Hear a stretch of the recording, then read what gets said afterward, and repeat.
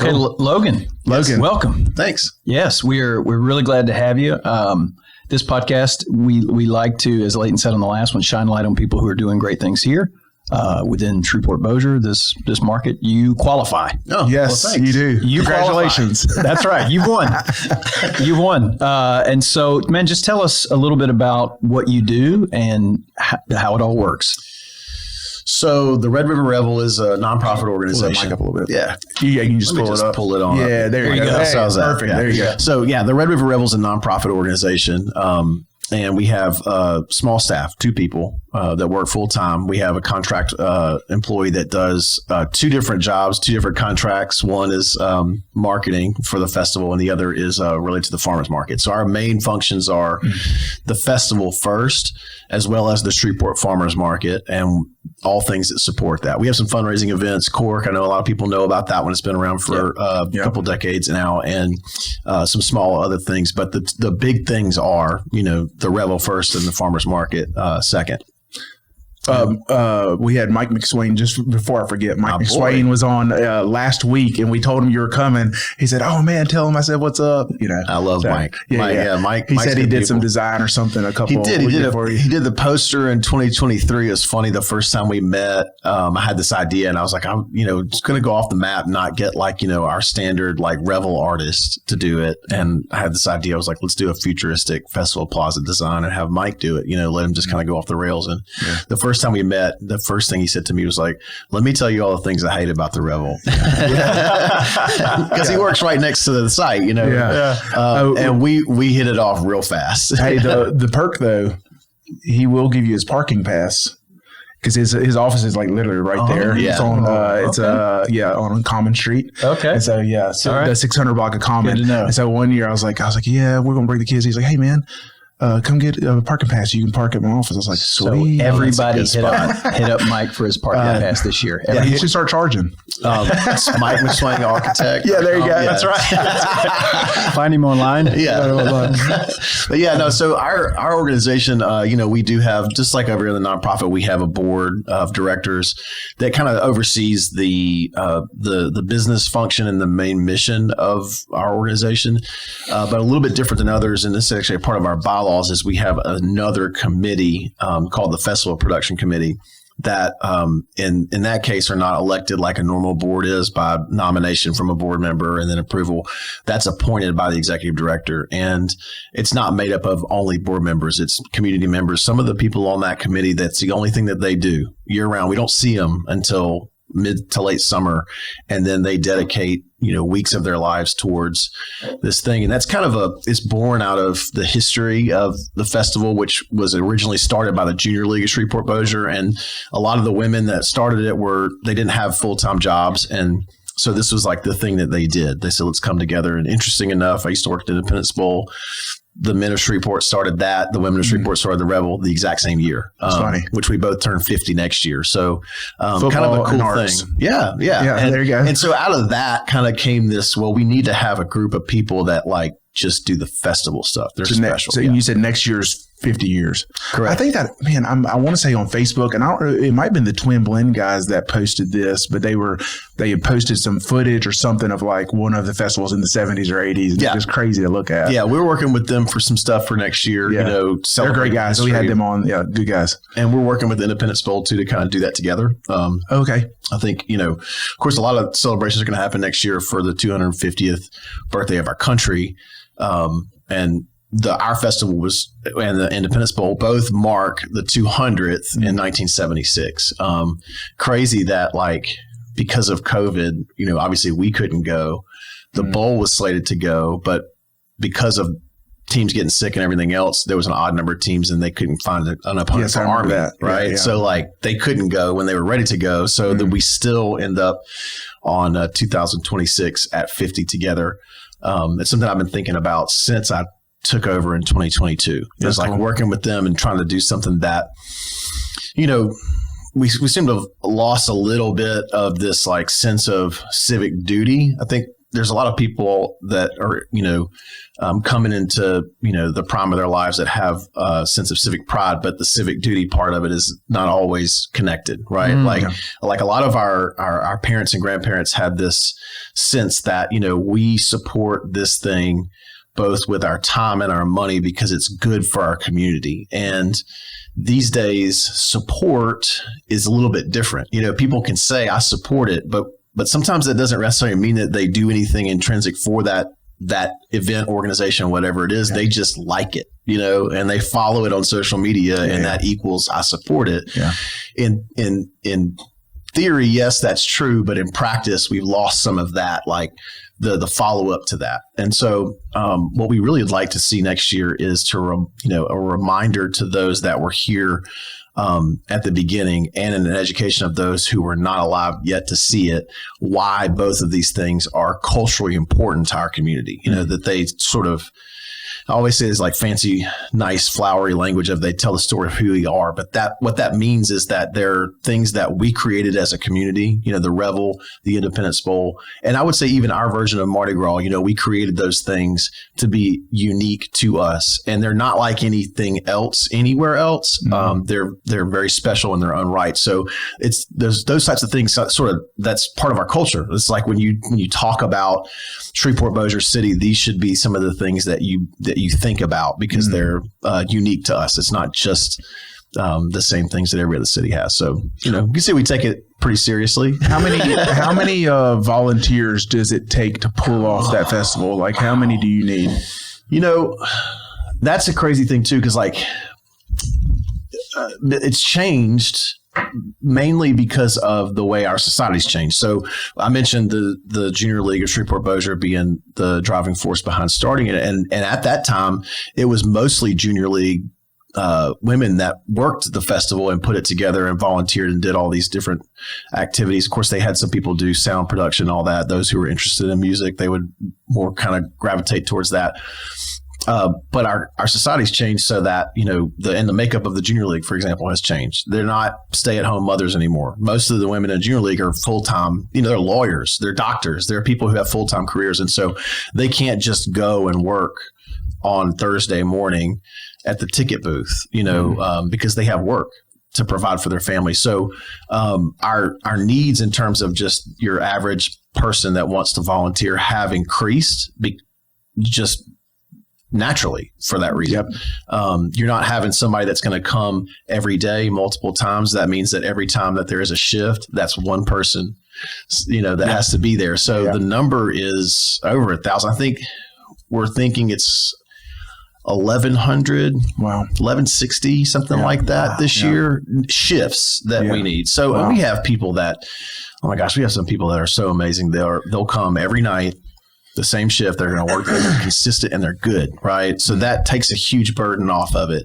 But when you think about, the festival and all the different functions it provides, it does take a lot of people. Yeah, it really does. So a couple things stick out to me. So we kind of have, me growing up in the area, I remember going to, when I was in high school, the stage was on the river. It was before that was developed, right? And so you literally, you could just go and jump in the river. There was nothing stopping you, right? Right. And it was just there. But I remember the Wednesday night, the youth group would come, right? And we saw Audio Adrenaline. Third Day, all these vans, like, could we bring them back maybe? But no, Audio Adrenaline, I remember it just pouring down rain and they just came out there and just like, it was awesome. Yeah. And so, but then it was always this tension because we would tell our youth pastor, like, hey, we want to go. And he's like, no, we're not going to go this year. And then we were just like, well, we're not coming to youth group. Like, we're going. Fire that blue van up. Buddy. Exactly. Fired up. Yeah, exactly. So then, so I remember that. And then, of course, growing up now, having kids, I mean, it's just a kind of a thing we do every year to go take them to the Brookshire's little thing. And they just love going and hitting that and ringing the bell. And, Yeah, some interesting things about those, I'll say about the riverfront. I'd love to do a concert there. I've actually just pitched one for next year. It's kind of I don't know, it's a long shot, but we'll see. It's so cool. It's not... necessarily feasible to make the Revel that large, mainly just because the railroad shut down Lake Street, and that's a huge access point to a large parking lot that we don't have. So if we were to extend it that far, then we have to shut down Clyde Fant, which means to get to the good parking that's over there by the side port, you have to go all the way to Stoner and then come down Clyde Fant. That's just not, I'm just not asking people to do that. Like, it's too much. We already took over the parking lot next to Sideport and extended that out. And I think that's probably as far as we'll go now. But to have a standalone concert at the riverfront, I think it's underutilized, and I'd love to see that happen. Yeah. So we're trying to make that work. But yeah, I think the other thing too about, now that you have kids and you mentioned that, it's important to us. We found, especially in the last couple of years, as we stretch our legs into different types of advertising, we've gotten a lot more current in a lot of different ways using technology to our advantage. And one of those things is in advertising. We use digital advertising to learn more about the people that, come to the festival. We found that it's not even close. By far the best performing demographic are people who are interested in family-friendly activities. That performs so well for us. Yeah. And it makes sense. I have a 13-year-old son, and there's not a lot for them to do, it seems like, right? Yeah. I mean, especially when it's so easy. Just the easy thing is just to work with screens, whether that's, the iPad or the PlayStation or, Netflix or whatever it is. It's so easy to be entertained without having to go anywhere. It seems free, even though it's not necessarily. But I think that the things like the Revel offer an opportunity for something that's elevated. It's also low cost. It's easy access for most people. There's a low barrier of entry. It's not ton of money, and it's cheaper than going to the movies or Six Flags or anything else. And for the most part, we feel like we do a pretty good job of making our activities educational. And so a lot of parents are interested in that. It's a great thing to have. It's a win for me if I can get in and out with one of my kids getting their faces painted, because that's like I hate the face paint. All right. I'm like, guys, it's just going to make a mess. We got to clean it off. Or you're going to be upset when it accidentally comes off. Or upset when you're wiping it off and it hurts, That's kind of part of it too. I think, my 13-year-old now, he's kind of past that point. Yeah. So there's the new challenge of how do you get like the young teens or teenagers in general interested in doing that, before they can drive. Now, when they can go on their own, it's a different thing, the freedom and all that. But programming, I think that is a challenge for everybody. Programming for teenagers is difficult, we don't always understand our kids and what they really like, Yeah. And, so it's interesting because I have a 12-year-old, my two oldest are 12 and 16, but just that culture just kind of has this social anxiety too. And so if I tell my son who loves music and he plays, piano and drums and like he loves it. But if I say, hey, we're going to go to the festival and watch music, and he's like, yeah, but there's like going to be 1,000 people there, and he's like, and so he's like, so that's weird because I always want to be like, I want to be at the front of those 1,000 people. Yeah, even now I do. I would say that's a challenge. It's not certainly something that it keeps us from trying, but when I look back, recently I was looking at some old photos. I was looking for something historic and to add to a presentation, and I saw this picture of it was titled, I guess they had taken it maybe digitally in the early 2000s, like 2003 or something like that, where it said, Friday lunch, and it was a picture from Crockett Street through the pavilion. This is when the pavilions were brand new. Like they were really, really new at that point, 2003, 2004. And you could see through the pavilion and then, the food rows kind of behind it. Every seat full. Even the area around the coupon booth is just like sardines. It's stacked at lunch. And I'm going, man, we don't have a lunch like that. And then I'm looking at the food booths and it's like every one of them has like one item, and I go, God, man, we're doing is so much more impressive when you think about it, that most of our vendors have 7 or 8 items, and it's like a full menu and there's a lot of variety in, I mean, we had 265 different food items that were submitted to be in the festival this year. Now, we didn't take everybody because we don't have the room for it, but when you think about that, you go, wow, that is really impressive. And yet it's still difficult, right, to get those numbers down there. And I think that a lot of that has to do with just the fact that there's just so much more, in our society, there's so much more, right? Well, people are getting creative with food these days, you know? Yeah. It used to be simple. Burger, fish, now we have a fried version and a grilled version of everything. That's correct. And a dessert version of everything. Cultural food, there's a lot. It's the best. And that's a big draw for a lot of people. Oh yeah. And we love that, that aspect of it. Well, my kids are so picky eaters too. I'm like, look, if you can't find something here, 265 items here. Right. Yep. So, Logan, dumb question here, but how does all this get funded? Like, where does that come from? That's not a dumb question. It's actually, it's a lot of different avenues. It takes a lot to put this together. A lot of people think that the Revel has, all the money in the world. The truth is we're just as poor as every other nonprofit is. It costs a lot to do this. And we have a high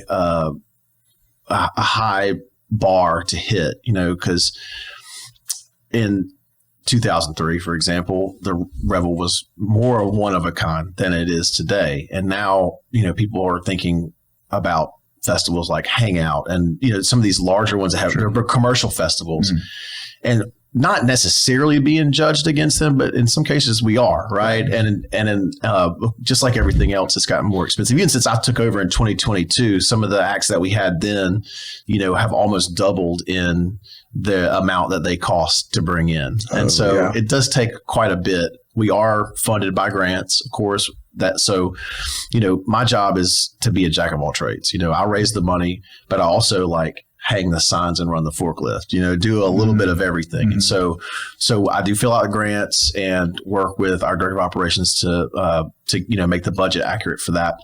And a lot of times those grants are program minded. So we have to kind of align what we're doing or find a grant that's aligned with what we're already doing and say, this is, meeting what you're trying to fund and we're doing it or we're going to do it. That's one way. The other way is, of course, by local support. So we have primary sponsors that are, interested in supporting us, I think, across the board for what we provide to the community. I think every one of our 6 primary sponsors are less about the advertising than they are about supporting it. And I'd say the same is probably true about most of the people who give us money from a corporate standpoint.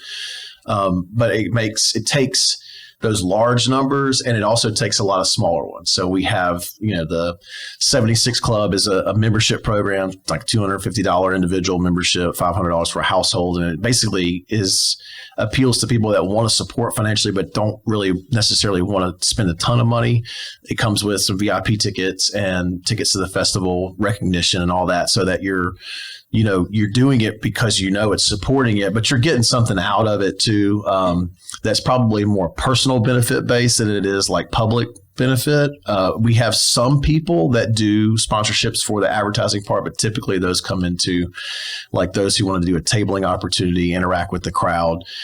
Sometimes it's signage, but but I find that to be less the case with events like ours. And I think that's less the case with the sponsorship in general. It works for your major corporations to put your name on like the Brookshire's Grocery Arena, for example, because that's a huge stage or branding opportunity. Yeah, it's a big branding opportunity. But by and large, most people are finding their advertising opportunities in smaller doses like digital and social and things like that. So we have that. And then there's also the fees for like artist booths, or there's some small fees for vendors.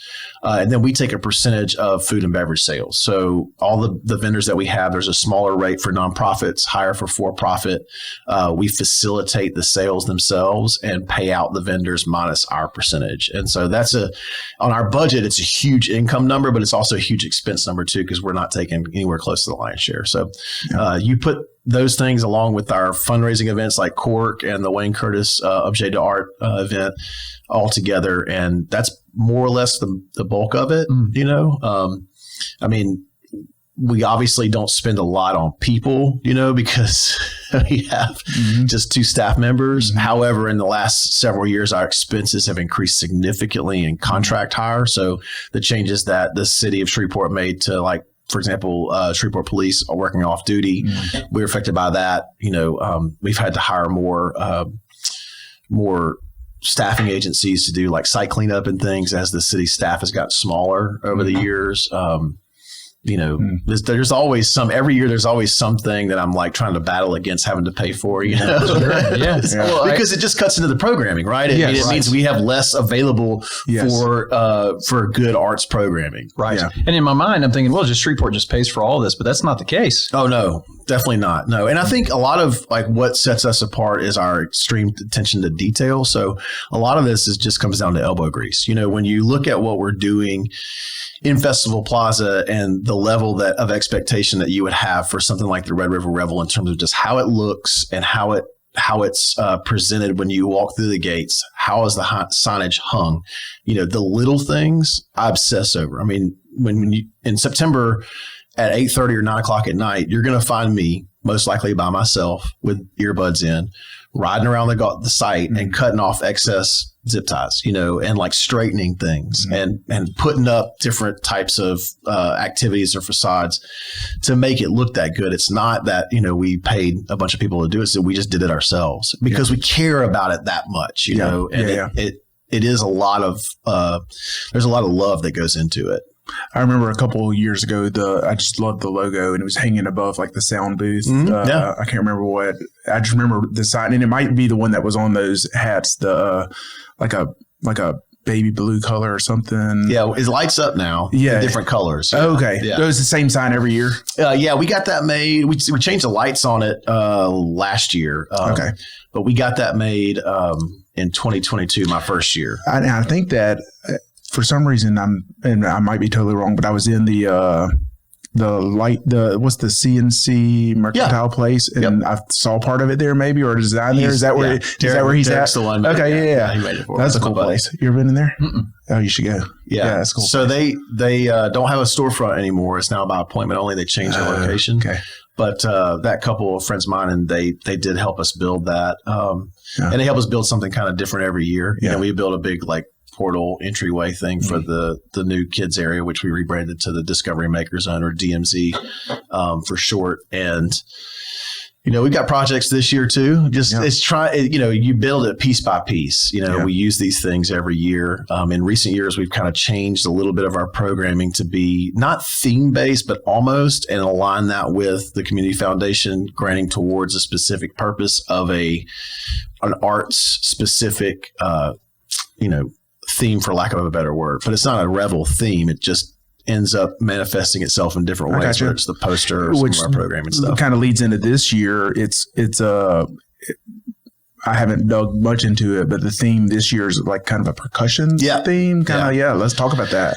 Yeah. So this is actually, it is the baby that was born of a conversation with one of my best friends, John Hoffman. We played bands together, and one day we were, he's ignoring me. We're trying to get him on the podcast. And so I know he's busy, but he's a busy guy. I'm just going to rush the stage when they're playing at the municipal. And, so John and I we were set up for a gig, and he was like, man, we were talking, I was telling him about what I had for that year. It might have been like 23 or 22. I don't remember. And I was like, yeah, I booked this and I booked that. And he's like, I've always wanted to do a drum competition, like an amateur drum competition. And so that discussion just kind of continued over the course of a year or plus. And last July, I kind of pulled it all together and put it in a grant proposal to the Community Foundation to do, because it just turned into, what if we did this? Or what if we had this guy? What if we had this person? And man, pulling together like just individual musicians is a lot harder than hiring their band. So you have to when they're really you have to sell this idea. You have to know what you're talking about and sell this vision, this idea of, hey, we're going to bring all these people together. When you do something that's off the norm, like working with an agent, just saying we want to hire this band to do their show, it takes a lot more convincing to get it done. And then of course it didn't hurt, the prospects that we had already put all this stuff together, and then John just goes off and leaves the band and joins Promise and becomes Mr. 2026 or 2025 I should say. And so it's going to end up manifesting itself in many different ways. It's part of the poster. We created this avatar, Monsieur Paradiddle, who's it's a soft sculpture, an actual 3D, piece of art that then was turned into a poster. And he's got a drum, and he looks like he likes to have a good time. And you know, it's like our kids just like, boom, boom, boom, you know, whatever. We're on roller skates and all that. So you have that. Then you have, of course, some the workshops by these drummers. So Stanton Moore from Galactic, Brady Blade Jr., Shreveport legend. All these people from the state of Louisiana. And Nikki Glaspie is an amazing drummer from New Orleans who's played with Prince and Beyonce. She's the drummer for sometimes she moonlights with Dumpster Funk. She plays with the Nth Power. She's really well known in New Orleans by playing with pretty much everybody, and is a powerhouse. Is so good. Sam Shaheen is one that John turned me on to. He plays in a band called Naughty Professor in New Orleans, but he has another project called Barakat, which is like an Arabic influenced sort of band with they play in the maqam mode. So you hear the music and you go, that sounds Arabic, you know, but the rhythms are really complicated. And Sam is a killer drummer. He's like all in. I want to do workshops. I want to do something centenary. I want to do, you know, like I'm just going to be here all week type of thing. That's awesome. And then of course, John as well. And some of this stuff is still like, they're going to figure it out when they all, you know, when we get close. That's kind of how So will it be just like a one session thing, or will they each have their own kind of spotlight workshop? They're each going to have their own thing. And everything will be a little different. You know, Stan's used to this type of thing. Yeah. I mean, his trio, they play at NAMM. They play all the time where the drums are kind of highlighted, and it is a show, but it's a show highlighting the drums. And so he might talk a little bit between each one, but it's less like his videos where he's showing you specific techniques and more of you watching him do some pretty awesome things with a piano player and a bass player. Yeah. You know, but then Brady is talking about bringing in a band to play with and just doing a jam. And so I can't really give anything away on that because I don't know yet. There's a couple of things that have been floated and suggested. We'll see how that goes. You know, John is going to sit in with pretty much everybody. Sam's doing his performance with Barakat. Nikki's talking about potentially doing like some buckets, or we might have her do a jam as well. So again, a lot of that stuff with these musicians, we kind of said on the front, we're not telling you exactly what to do. Same thing as to do with the poster. I don't tell the artist what to do. I just say, this is the theme. This is the idea. Sort of generally speaking, you do your thing and show me what comes out of it. That's cool. And so they're going to put that stuff together. But on top of that, you know, we have a group called the Taiko Project. They're a Japanese taiko band. So, you know, if you ever seen like the group of like 12 to 15 drummers, shirts off, you know, doom, doom, doom, doom, doom, doom, doom, you know, like, and hollering and stuff like that. They've won championships in Tokyo. They're from LA. They're really good. A couple of their members are bringing the drums early. They're going to do our fourth grade education field trips all week. The rest of the band's coming on the weekend. They're going to close that stage out on that Saturday night. We're going to build a drum wall for people to interact with, like a 3-sectional with drums. So we're acquiring different types of drums and percussion equipment now, but we'll have sticks available and you just come and you can jam, you can play. And so we're really trying to make it interactive and fun, you know, like that you can participate. You know, I'd love to, I think we're going to try to organize a drum circle, you know, and do that at the drum wall. So if you're going to have a drum, you can participate too, you know. We really want people to be able to go to lunches. Yeah, to see it and then, you know, and then participate as well. That's cool. So yeah, that's really cool. And then Pam Tillis. Yeah. Dude, I'm a huge fan of 90s country because I grew up, you know, like everybody else, going to the Hearst Coliseum and seeing all the country artists. Yep. So I saw Pam Tillis. I was like, man, that is a throwback right there. Yeah, Shake the Sugar Tree. Yeah. What was it, Memphis? Maybe it was Memphis. Yeah. Pam puts on a good show too. And, you know, I've found that, and I learned my lesson the hard way in 2023. You know, that year we put on what we call a presenting show. So like everybody that was on that lineup in 2023 was putting out new music in 2023. So we're presenting current artists, you know, and some of them are known, some of them are less well known, but like the quality was really good. I got a lot of compliments from a lot of, you know, booking agents about, hey man, this is pretty sweet. it didn't land in Shreveport. Gotcha. You know, it just didn't. And I had to learn the lesson that nostalgia really plays better here than anything else. And that's okay. There's nothing wrong with that, you know, because there's still a lot of value that you can find in that, which is why you see us return in 24 to having like Jefferson Starship or Pantillis or, you know, this year I would say more so the overall, I mean, Pam would be an outlier. Howard Hewitt would be an outlier. Of course, Tyco Project and Squonk, those are the main ones I can think about that don't fit into this mold, but pretty much most everybody else has a connection to the state of Louisiana. You know, they're based here, they're from here. And I would say that it's the most Louisiana forward lineup that we've put together when you just consider all the bands that are on there. A lot of horns, you know, Lafayette, Baton Rouge. How does this process go in? I mean, do you have people that are giving you suggestions, or because you kind of also have theme nights, right? So I've noticed like you kind of end with a country artist, country night, right? And then it doesn't make sense to have, you know, the DJ right before the class. Sure. Kind of do. But at the same time, now that we've extended the site out, you know, to include the kids area and down by Cyport instead of in the other pavilion, it's allowed us to counter program the other stage. So where I do have local country on one, I might have rock on the other, you know, and that way, hopefully people can find something, no matter what night they come, they can find something that they like. Yeah. And it is a little bit of both. I mean, we have an application process that we put out early in the year, usually in January, and that's more for your local and regional and indie artists. But I start like literally right after New Year's, and it's cool. And start putting in offers and talking to agents about our national talent, because you can't really build it until you know how you're going to end it, right? So if you start with your, you know, tier one, like top headliner, who's that going to be? Finish that one. And now that we have the new format, it's more like get it for the first weekend, get it for the second weekend, and you sort of work your way down from there. And once the headliners are in place, and it kind of sets, okay, now I know that I have soul on this night on the main stage. So that means that I have to program it either with a smaller national artist or a local artist that's going to fit well with them, and you start working that in. But the other stage might be something completely different, and it starts off just main stage, but then it ends up, you know, kind of adding to the other. This might be our pathway to get POD in town. That's right. Oh man, that's right. Actually, we've been that happen. Really? Yeah. So before the pandemic, somebody had reached out to me. He's like, "Hey, we can get POD to." I think we were going to. The Strange Brew was throwing out, and we're like for like $6,000, and we're like, "Oh man, that'd be awesome."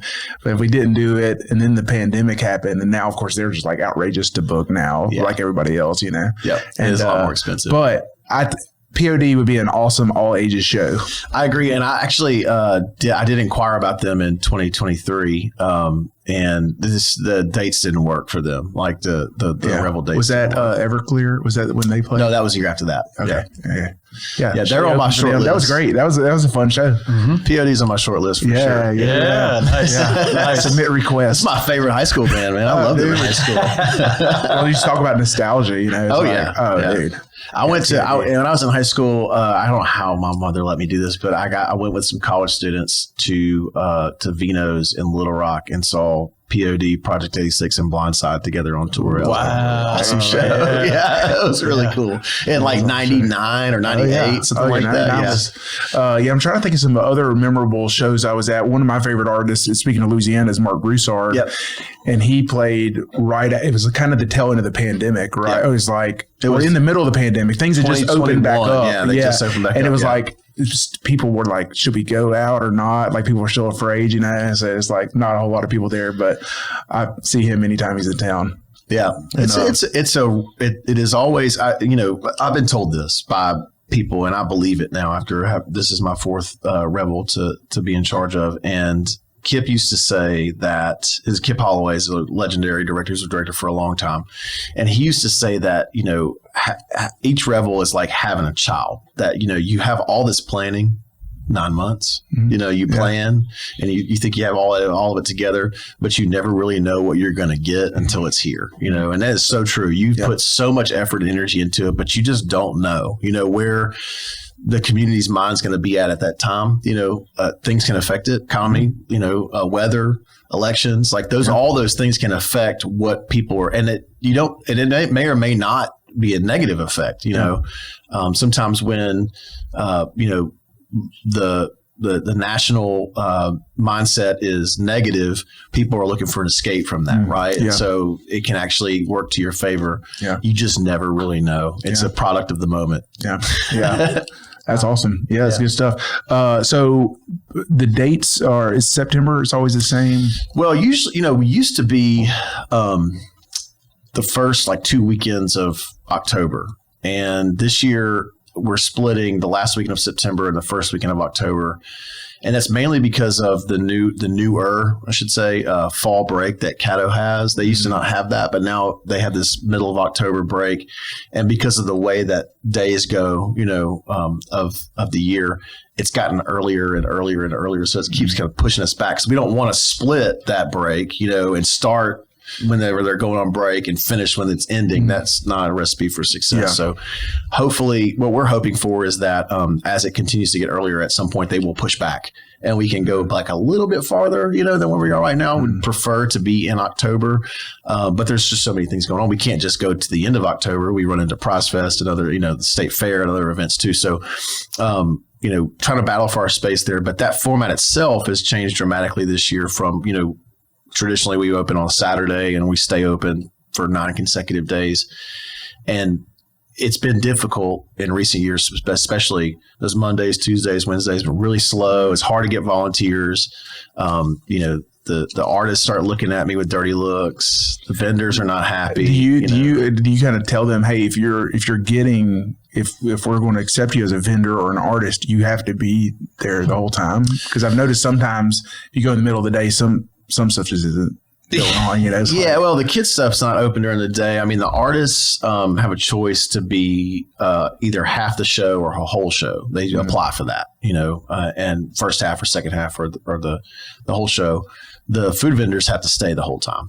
But some of the bars are not open, right? Because, Wednesday at 2:00, does it make sense to have 4 bars open? Probably not, right?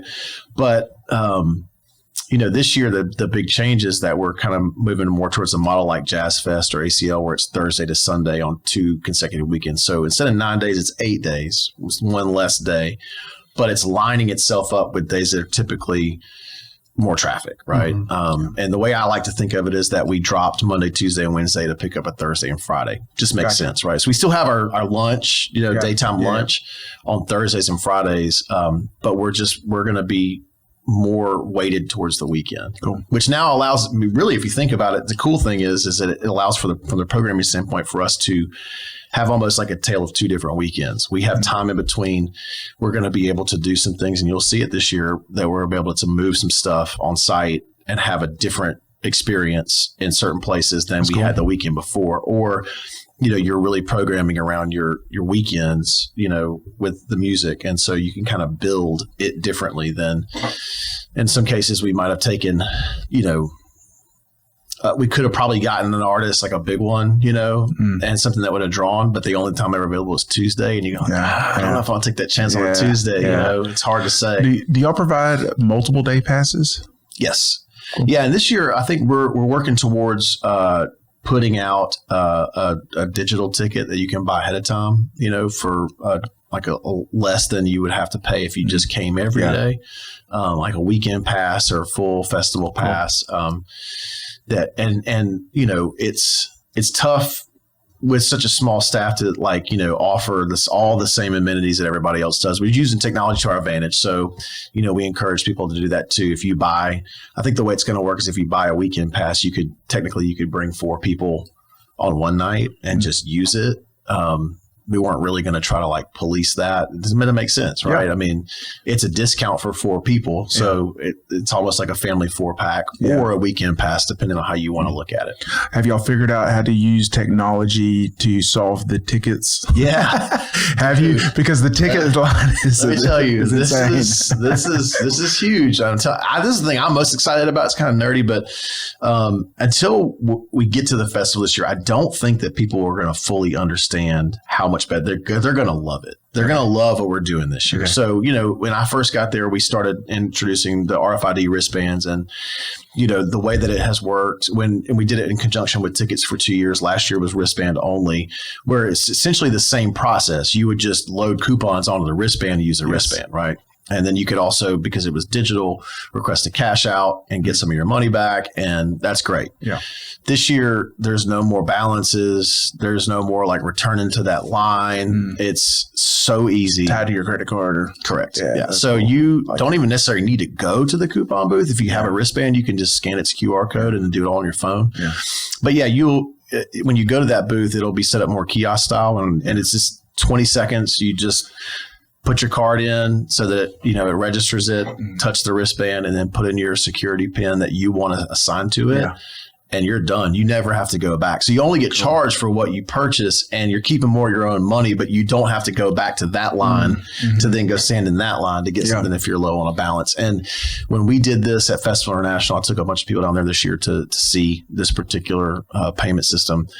Even the baby boomers were like, wow, I did that in like 20 seconds. This is so easy. Yeah. And they were like, this is awesome. Like, we're just able to get what we want when we want it. And you can still pay cash and put a balance on it if you want to. We always want to make sure that we're available to those that may not have a debit or credit card. But we think the vast majority of people are going to appreciate the fact that they don't have to worry about that anymore. Yeah. Just not giving my kids the PIN number. Have you seen the videos? Dude, I just die laughing the videos of the parents getting these Amazon boxes. Have you seen this? Oh my gosh, really? This one kid I saw this week, and there were 4 motorized go-karts. And she's filming, she's asking her son, like, why did you get 4? He's like, I only got 2. One for me and my sister. They just show up at the house. It's pretty funny stuff. Cool. I'm excited about it. I always like the Revel. And so, and listen, this is something like when you said a baby, everybody gets excited when the baby's born, and people comment and go, oh, this is great. Maybe they're around, maybe they're not, but they're not really paying attention to the other 9 months. Right. And so for you, obviously, thank you for all the work that goes in behind the scenes before the festival, the detail work, all these things. I'm learning, even the funding to me is like, okay, that's interesting because I didn't know. I had no clue. And really, the first thing you said that really struck me is the idea of the civic duty piece and the participation piece. And why I think that's challenging for a lot of different reasons. I think generationally, technologically, it's very difficult. Financially, it can be. Financially, it can be difficult. I mean, ultimately, people have moved out. Yes. Right? Like I live an hour away from Shreveport. Mm-hmm. So for me to come back is a stretch, right? And there's people who live in Plain Dealing. There's people who live, in like a Oil City or something. And so we've all kind of moved out. And I think that probably hurts too, right? Sure. So all those challenges, like what do you think, or what would you like to say to people to try to rally the troops? Like what are you going to tell them? Well, I mean, we certainly want to have a great quality of life. We want to have like solid roads, and we want to have, lots of options for business, for income opportunity to work. And it takes the same thing as it takes for our budget to get together. It takes a lot of different avenues for a city to do the same thing. The Revel functions for the city in a couple of ways that I think is really important for people to understand. One is, of course, is quality of life. It's something to do that is not a huge cost. Like I said, it is unique. It's a cultural, icon of Northwest Louisiana and East Texas. And so it's an opportunity for people to be able to enjoy, the city facilities that our tax dollars pay for. It's also an economic opportunity, for all those artists and musicians to apply their trade and get paid to do it. In addition to the fact that, every single food vendor has to pay taxes, and every artist has to as well. So, we account for more than at least $5 million. It might be more, $5 million a year in annual economic impact. And that's nothing, to sort of belittle at all. It's a big number. And then you add to the fact that it is the largest festival in North Louisiana, period. There's no other festival that has 60,000 people. I mean, I guess if you don't count the state fair as a festival, and they're also a month long, we have 8 days and we have, 60 to 70,000 people that come to this festival. There's nothing that large, from Alexandria to Shreveport to Monroe, even parts of East Texas, Texarkana. I mean, there's just not. And so that is something that I think should inspire some pride and should cement it in a place of importance. When you look at the number of just actual dollars spent, on our budget, we spend 90% of our money in Louisiana, with Louisiana vendors. And you say, well, how do you do that with all these artists that are coming in? Well, that's only a small part. Sure. I mean, we spend probably twice on contract labor to local people than what we spend on music total, and that also includes a lot of local people as well. So, it's something that provides, it gives back a lot of value. And, for us is with a small staff, you work and you get focused on, your vision or whatever. And sometimes you get discouraged. I think I get discouraged. I think people don't care, there's so many new events popping up. Everybody wants to be the boss. Why can't we just all join the things that already happen to make them better? And, you can't allow yourself to get too concerned with what's happening outside of your own realm, and just work to remind people that, this is a flagship. It's important to be a part of it. And, supporting it may or may not mean for some people that, they join our membership and spend that $250. It might just mean coming to have lunch, when it's free. I mean, if that's what people can do, that is enough for me, encouraging others to go or participate. Actually, I would also say, include in that, encouraging our young people to participate in performing. We are actively trying to recruit high school kids who are playing in bands, because it's a new trend, right? And high school kids are kind of starting to get back into starting bands. And we're like, I'm thinking that's the stuff dreams are made of for me. I mean, I just want to see that. I want to culture that. And so encouraging them to participate in that way, or encouraging that artist that that has a lot of stuff and sort of sells through, their social media. Hey, you should think about maybe applying to be an emerging artist, and take that next step in your career. All those things are ways that you can support the overall mission that we have. Yeah. Cool. Very nice. Yeah. Okay. One thing we like to talk about food. We're talking about food on here. We did not talk about on our last episode, but we went and tried out a new place. I had never been there. You took me last week. Mm-hmm. You want to talk about it? I've been thinking about those burnt-in pineapple tacos ever since last Thursday. Magnolia Pit. Oh, yeah. That place is amazing. Oh, my gosh. It's incredible. The brainchild of John Strand. Yeah. I think he may have just sold that to Valentina Ben, I'm pretty sure. So they, I haven't been since I saw that. I don't know the exact details of it, but I haven't been since then. But man, that place, John, he did Magnolia Pit for a wedding engagement party or whatever that I went to, and he doesn't do anything lightly. I mean, like these huge chunks. Well, that's what's crazy too. Is it's like the $13 special of these 3 tacos, but I mean, I barely ate 2 of them. I mean, it's so much food. I'm just like, dude, this is lunch. I have to go nap now. Yeah. I gotta give a shout out to my go-to, and I have these places that because if you have a place you really love, sometimes you don't want to tell people about it. And I've been accused of that before, especially when Fat Tuesday first opened. I didn't tell anybody about it, but I got to give a shout out to Gullo's and what they're doing right now. Those guys are absolutely killing it, and everything that they do is good. And I don't know if this place. So yeah, Gullo's is on Ellerby Road. Oh no, sorry, on Flournoy Lucas, close to Uri Drive. So when you turn on Flournoy Lucas, it's on the right. It's a produce shop in the front, cafe in the back. Okay. They have a patio they just built. The owner, operator, Craig Hamilton, he's a Gullo by family. His mom's Teresa Gullo. And Craig, he's got this insane ability that is not being heralded enough. I mean, he's so good. He's cooked in New York City, and he's here in Shreveport. Probably one of the best burgers I've ever had, on top of the fact that every now and then they'll do what they call back porch barbecue, and it's top notch barbecue, and it's like all you can eat for like $25. It's really good. Awesome. Yeah, I played music at that before, and man, I mean, That's just cool. they have daily specials, so you can go in, and pick up frozen casserole, take it home, or you can go in and sit down and eat. Man, Golo's that's my shout out. Road trip for us. Yeah. Road trip. Absolutely. Yes, Definitely gotta go check it out. Put it on coming up. Put it on our list. Logan, I want to thank you for what you're doing with the Revel, with the city. The connectivity, the community participation, all this stuff really matters. It makes a place what a place is. That's what this podcast is really just about, trying to shine the light and tell stories. So thank you for that. And man, looking forward to the festival this year. Thanks. Yeah. Good stuff. But it's sponsored time. Yes. And reiterate POD. Let's make that happen. Yeah.